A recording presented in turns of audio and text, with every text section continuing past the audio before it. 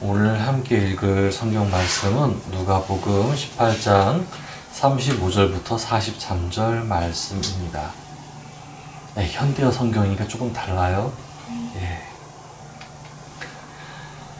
예수께서 여리고에 가까이 가셨을 때 맹인 한 사람이 길가에 앉아서 지나가는 사람들에게 구걸을 하고 있었다.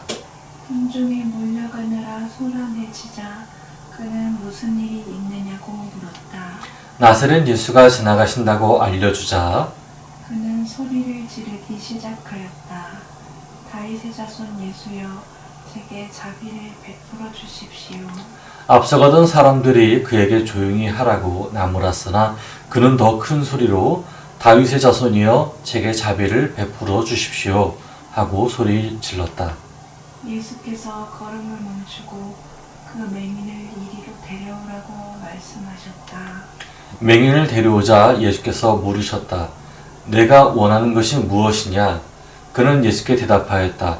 주님, 보기를 원합니다. 예수께서 말씀하셨다. 그러면 눈을 뜨고 보아라. 내 믿음이 너를 낫게 하였다. 그러자 그 사람은 곧 보게 되어 하나님을 찬양하며 예수를 따라갔다. 이 광경을 본 사람들이 모두 하나님을 찬양하였다. 아멘. 네, 우리 주변에는 도움이 필요한 사람들이 참 많습니다. 고대 우리나라에서는 이렇게 어려움에 처한 사람들을 위해서 구휼미를 베풀었다고 기록되어 있어요. 오늘날은 복지 시스템과 유니세프 같은 구호단체가 있어서 어려움에 처한 사람들을 돕습니다. 그러나 그런 구휼미 제도와 복지 시스템 안에서도 중간에서 구호품을 가로채는 사람들이 있기 마련이죠. 바로 자신의 이익만을 아는 사람입니다. 자신의 것을 나누어 도움을 줄 망정 다른 사람의 어려움을 생각하지 않은 채 오늘날 자신의 앞길만 위해서 사는 사람들입니다. 정말 다행인 것은 그런 사람들이 그렇게 많지가 않아요. 도리어 진정으로 도와주려는 사람들이 여전히 많이 있습니다. 다만 저는 중간에 구호품을 가로채는 사람들은 법의 심판을 받기를 원합니다. 높은 사람이든 낮은 사람이든 그렇습니다. 그들이 법의 심판을 받고 내게 자신이 잘못했다는 것을 진정으로 깨달은 다음에 오히려 그런 사람들도 나눠줄 수 있는 사람이 되기를 소망합니다. 예수님께서 이 땅에 계셨던 때는 어땠을까요? 예수님께서 이 땅에 계셨을 때 다른 사람들의 필요를 항상 보호해주는 사람들이 많이 있었을까요? 하나님의 뜻대로 성심성의껏 돌보아 주었던 사람들이 많이 있었을까요? 모든 사람이 그들의 입장에 서서 그런 어려움에 처한 사람들을 바라보았을까요? 저는 오늘 본문을 통해 자기 뜻에 눈이 먼 사람들이라는 주제로 말씀을 전하겠습니다. 35절 말씀을 함께 읽어보겠습니다. 35절 말씀입니다. 자, 시작. 예수께서 여리고에 가까이 가셨을 때 맹인 한 사람이 길가에 앉아서 지나가는 사람들에게 구걸을 하고 있었다. 아멘. 예수님께서 여리고에 가까이 가셨을 때였습니다. 예수님 당시 여리고는 야자수와 장원 등을 갖춘 작은 파라다이스였습니다. 헤롯 대왕과 그 후세들은 웅장한 겨울 궁전을 지었고요. 극장과 경마장도 같이 지었습니다. 몇몇 거리에는 돌 무화과 나무들이 줄지어 있었고요. 기후도 적절해서 사람들이 살기에 아주 딱 안성맞춤인 곳이었습니다. 세금을 걷는 세리에게도 고수익이 보장된 곳이었어요. 그러니까 돈이 많은 사람들, 놀기 좋아하는 사람들, 그런 사람들이 바글바글 넘쳐대는 것이 바로 여리고였습니다. 그러한 대도시 여리고에는 맹인 한 사람이 있었습니다. 맹인, 바로 앞을 보지 못하는 사람이에요. 그 맹인은 길가에 앉아서 지나가는 사람들에게 구걸을 하고 있었죠. 한 푼 줍시오. 지나가는 그 사람들 한 푼 줍시오. 이렇게 얘기를 하고 있었어요. 이 사람이 평소에 도움을 많이 받았는지 안 받았는지 알 수는 없습니다만 한 가지 알 수 있는 게 있어요. 그 맹인이 길가에 앉아서 여전히 구걸을 하고 있다는 것을 보았을 때 그 형편이 좀처럼 나아지지 않았다는 것을 알 수 있죠. 그러는 중에 사람들이 우르르 몰려다니는 소리를 듣게 됩니다. 눈이 어두운 대신 귀가 밝은 맹인은 현재의 상황이 평소의 상황과는 확연히 다르다는 것을 알게 되었어요. 여리고에는 사람들이 항상 북적북적 되는데 그날따라서 무언가 다릅니다. 맹인은 근처에 있는 사람들을 향해서 묻습니다. 이보시오, 이보시오. 이 도대체 무슨 일이 일어난 거요? 무슨 일이요? 마침 그 질문에 답변해 주는 사람이 있었습니다. 나사렛 예수가 지나간다고 하는군요. 아, 당신은 눈이 어두우니까 못 보겠지. 그 말을 듣자마자 맹인은 갑자기 소리를 지르기 시작합니다. 다윗의 자손 예수여, 나를 불쌍히 여기소서. 다윗의 자손 예수여, 나를 불쌍히 여기소서. 앞을 보지 못하니까 사방을 향해서 소리를 지르기 시작합니다. 맹인은 예수님이 자신을 못 보고 지나칠까봐 전심을 다해서 소리를 지릅니다. 오늘 자신에게 단 한 번뿐인 기회를 놓칠까봐 마구 외쳐 불렀습니다. 그런데 이런 맹인의 소리를 버겁게 듣는 사람들이 있었습니다. 39절 말씀을 함께 읽어보겠습니다. 39절입니다. 시작. 앞서가던 사람들이 그에게 조용히 하라고 나무랐으나 그는 더 큰 소리로 다윗의 자손이여 제게 자비를 베풀어 주십시오 하고 소리를 질렀다. 아멘. 맹인 앞으로 앞서가던 사람들이 있었습니다. 그 사람들은 앞서가서 예수님을 계속 따라가려고 했던 사람이었죠. 이들은 예수님의 제자인지는 알 수 없습니다만 이들은 마치 자신들이 예수님을 따를 수 있는 권한이 있는 사람이라 생각했습니다. 맹인보다 자신은 멀쩡함으로 예수님을 따를 수 있는 사람이라 생각했는 것 같습니다. 그리고 맹인에게 말하죠. 좀 조용히 해! 여러분, 맹인을 나무라는 사람들은 예수님이 왜 이 땅에 오셨는지 모르는 사람들이었습니다. 그들은 그들의 생각이 예수님의 뜻과 많이 빗나간 사람들입니다. 이런 이들이 제가 다 알지는 못합니다만 제 인생에서 깨달은 바가 있습니다. 이 사람들은 바로 못된 기회주의자들이라는 것입니다. 못된 기회주의자들은 어떤 사람입니까? 자신이 바라던 어떤 기회가 오면은 그 기회를 통해서 누군가를 도와야 주어야 된다는 생각 말고 오로지 자기 자신만을 위해서 사는 사람입니다. 여러분, 우리들은 영화를 본다 하더라도 자기 자신의 이익을 위해서 사람이 얼마나 간사해지고 완악해질 수 있는지 알고 있습니다. 넘치는 물, 모두가 마실 수 있는 물을 가지고 있음에도 불구하고 자기 소유로 만드는 사람이 이런 사람입니다. 가난한 사람들을 착취하고 선동하고 폭력을 행사하면서 자기 입속만 챙기는 사람이 이런 사람입니다. 대통령을 만날 기회가 있다면 대통령에게, 국회의원을 만날 기회가 있다면 국회의원에게, 도지사에게, 시의원에게, 하물며 목사님이나 전도사에게 모든 권세에 붙어서 자기 자신의 이익만을 얻으려고 하는 사람입니다. 만일 어떤 도지사가 하나님의 뜻을 보고 싫어하는 사람들도 사랑하려고 애쓰는 마음이 있다 해봅시다. 벌을 줄 때는 벌을 주지만 상을 줄 때는 확실하게 상을 주는 사람이 있다고 해봅시다. 그게 자신에게 그 사람이 근데 이제 그 사람을 따르는 사람이죠. 도지사인데 이 사람이 벌을 내릴 때는 벌을 확실하게 주고 상을 내릴 때는 상 확실하게 주고 하는 이 도지사가 있는데 그 사람에게서 아부하는 사람이 등장합니다.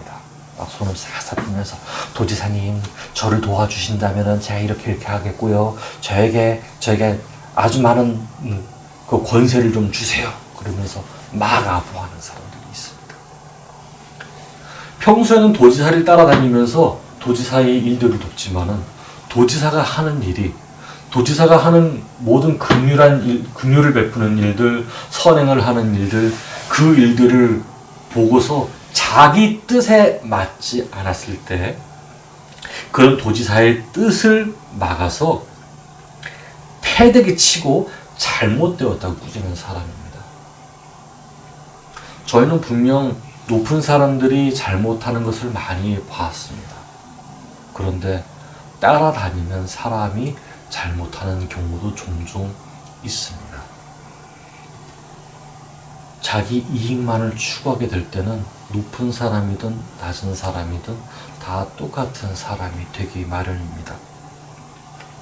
맹인이 예수님께 부르짖었을 때 예수님을 진정으로 아는 사람, 예수님의 뜻을 진정으로 아는 사람은 맹인을 나무랄 수 없습니다. 예수님이 참 선지자이자 참 랍비로 보였다면 그렇게 못합니다. 예수님이 하나님의 아들이며 구원자로 확실하게 보였다면 맹인을 직접 업고 가서라도 예수님께 데려가야 하지 않겠습니까? 그러나 그들이 예수님을 그렇게 보지 못하자 맹인은 결국 큰 소리를 지릅니다. 다윗의 자손이여, 제게 자비를 베풀어 주십시오. 그 부르짖음에 예수님께서는 걸음을 멈추십니다. 누가 나를 불렀느냐? 네, 맹인 한 사람입니다. 그 맹인을 이리 데려오라. 예? 41절 말씀을 함께 읽어보겠습니다. 41절입니다. 시작.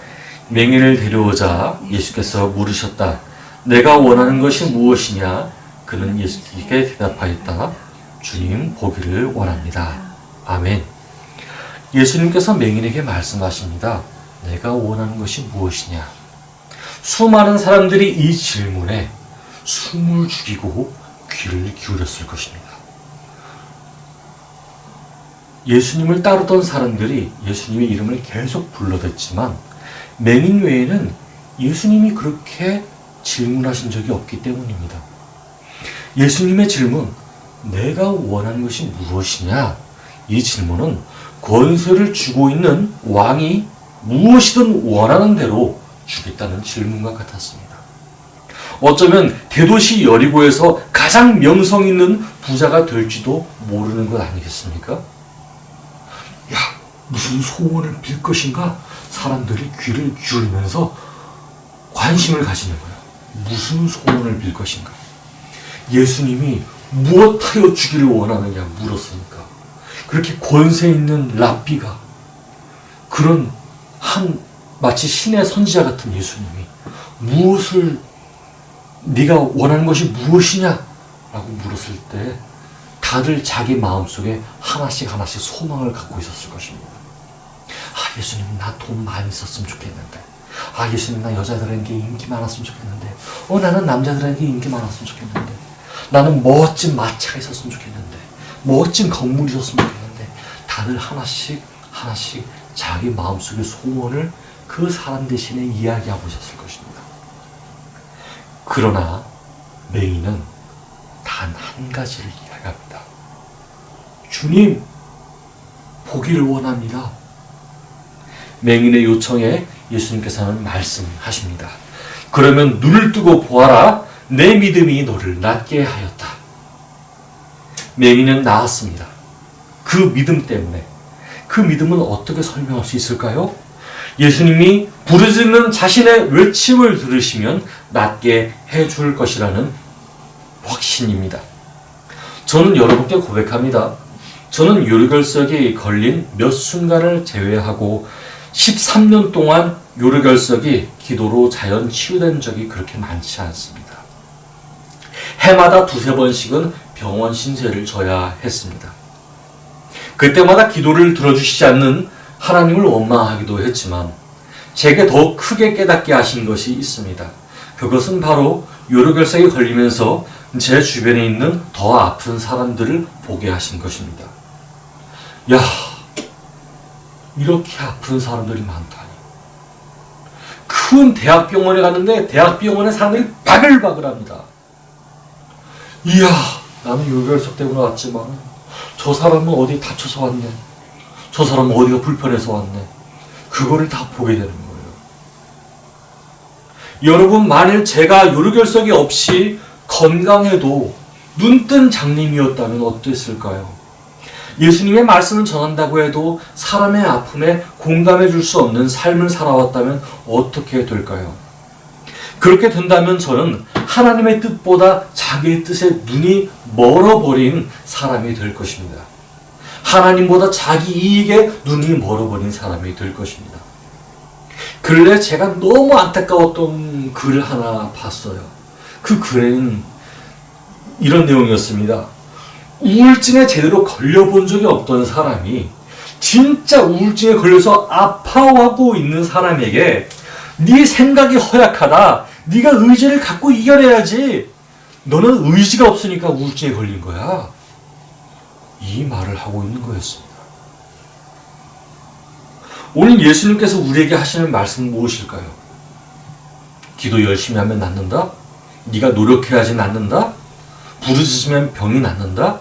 일부 맞을 수는 있겠지만은 아니기도 합니다. 예수님이 그 맹인한 사람에게 직접 말을 걸어주신 것처럼 우리도 우리의 삶에서 그런 사람들에게 시선을 돌리라는 것이 바로 예수님의 뜻입니다. 예수님은 권세 있는 분이셨습니다. 능력 있는 분이셨습니다. 예수님을 보내신 하나님께서는 오늘날 성령으로 믿는 자들과 함께 하시고 삶의 위로를 주시며 기적을 일으키십니다. 저는 이것을 믿습니다. 하나님이 오늘도 일하고 계시듯이 저와 여러분도 그 마음을 본받아 일하기를 바랍니다. 내 이익, 내 생각, 내 뜻으로 스스로의 눈을 가리지 않기를 바랍니다. 하나님의 뜻이 우선되게 일하기를 바랍니다. 맹인이 눈을 뜬 것처럼 오늘날 나의 영의 눈을 뜨게 해달라고 요청하시기를 바랍니다. 그러면 어떻게 됩니까? 성경에 나와 있습니다. 43절 말씀을 함께 읽어보겠습니다. 시작. 그러자 그 사람은 곧 보게 되어 하나님을 찬양하며 예수를 따라갔다. 이 광경을 본 사람들이 모두 하나님을 찬양하였다. 아멘. 몸으로서 눈이 뜬 사람은 몸으로서의 눈뜨임을 통해 주변 사람들이 모두 하나님을 찬양하게 될 것입니다. 야, 저 사람 진짜 눈이 떠졌네? 그렇게 찬양할 것입니다. 또한 영의 눈이 떠져 있는 사람들, 내 주변에 연약한 지체들, 내 주변에 아픈 지체들을 보게 된 사람들, 그렇게 영의 눈이 뜨게 된 것을 통해서 주변 사람들이 하나님께 영광을 돌릴 것입니다. 제가 바라기는 여러분께 이 두 가지의 축복이 함께하기를 바랍니다. 육신의 눈도 떠지고 영의 눈도 떠지는 축복이 있길 바랍니다.